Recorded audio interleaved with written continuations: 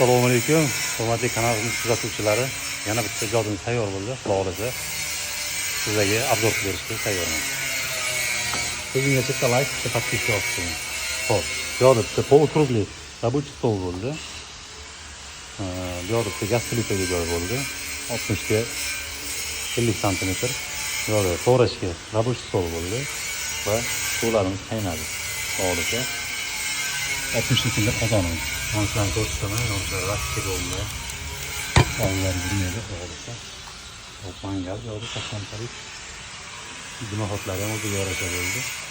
Hop, bu yo'q. 30 litrli qozonimiz bo'ldi. Hali keyinroq yoqdi, bunisini dorisi. Yonishlari yaxshi edi.